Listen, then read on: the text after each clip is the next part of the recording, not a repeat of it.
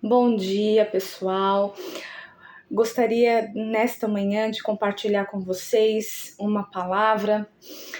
Nesse período que eu estou vivendo, Deus tem aberto os meus olhos para que eu possa compreender algumas questões que estão dentro do meu coração, que precisam ser trabalhadas à luz da Escritura.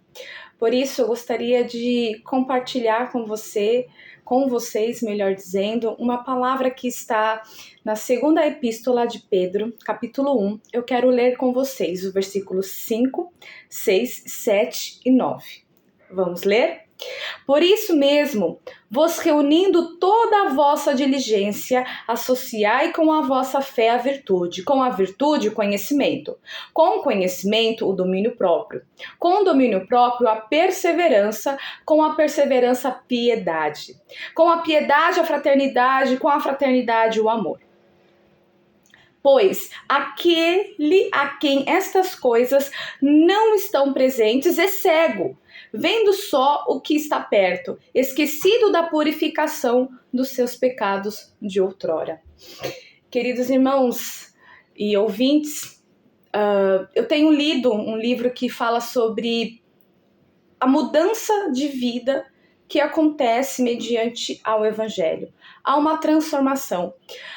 Timothy Lane e Paul Tripp, no livro Como as Pessoas Mudam, eles falam sobre essa mudança, sobre o que acontece com a vida de uma pessoa que vai para Cristo.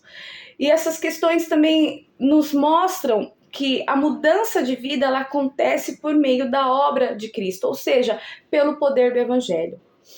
Nesse livro, eles falam sobre essa questão de transformação, de mudança à luz desses versículos que lemos agora. O apóstolo Pedro, ele fala aqueles que estão dispersos, aqueles que estão distante da comunhão de outrora, que era necessário essas pessoas se manterem atualizadas, ou seja, era necessário que essas pessoas tivessem percepção espiritual daquilo que estava acontecendo na vida delas.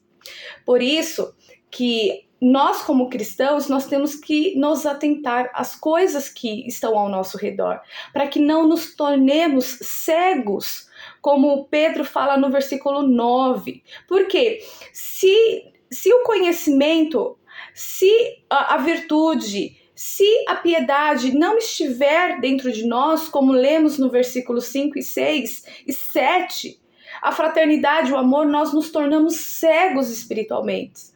E essa cegueira, irmãos, ela é nítida a partir de 3 esferas que eu gostaria de compartilhar com vocês. A primeira esfera é a esfera da identidade. É quando nós não vemos as armadilhas que o inimigo prepara sobre as nossas vidas. É quando nós não estamos perceptivos espiritualmente.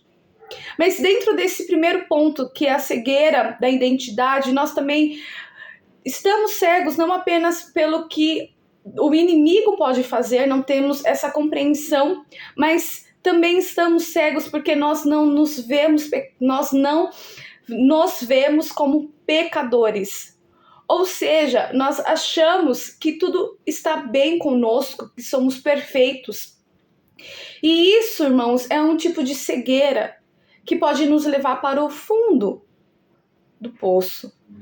A Bíblia fala que um pecado, que um abismo, melhor dizendo, chama outro abismo, ou seja, um pecado chama outro pecado. Quando nós não temos essa compreensão de que somos pecadores, mas que ao mesmo tempo estamos militando contra as hostes do inimigo, nós perdemos essa percepção, porque nós não entendemos quem nós somos em Cristo Jesus. Irmãos, os nossos títulos, os nossos pecados, o que nós temos não nos definem. Quando eu falo o que nós temos financeiramente, o que nos define é a nossa identidade em Cristo Jesus. A segunda cegueira que podemos ver é a cegueira da provisão de Deus. Ou seja, se nós não exercitarmos, como Pedro fala aqui, o conhecimento, a virtude, o domínio próprio, nós estamos cegos, nós não vemos a provisão de Deus, nós não vemos o cuidado de Deus sobre as nossas vidas. Nós esquecemos que Cristo morreu em nosso lugar, que Deus deu o seu único filho para que possamos hoje ter intimidade com Ele. E a terceira cegueira é a cegueira do processo de Deus. Irmãos, Deus ele não está preocupado em nos fazer felizes no tempo presente. Ou seja, não é relevante para Ele a felicidade temporal. O que é relevante para Ele é nos fazer a imagem de Cristo, a semelhança de Cristo nesse sentido. Então, nós precisamos entender que os processos que estamos vivendo nas nossas vidas é um processo que Deus está não preocupado com o nosso conforto, com o nosso sossego, mas Ele está preocupado com o nosso crescimento. Irmãos, se nós não entendemos que as lacunas, ou seja, os buracos que estão na nossa vida, eles têm a capacidade de nos cegar nesses 3 tópicos que eu tratei com vocês, através da identidade, da provisão de Deus e do processo de Deus na nossa vida. Isso faz com que nós não entendemos quais são os nossos pecados, quais são as questões que Deus precisa trabalhar no nosso coração. Então, essa é a palavra que eu gostaria de deixar com vocês. Espero que o Espírito Santo tenha ministrado ao coração de vocês como ele tem ministrado no meu coração. Um abraço.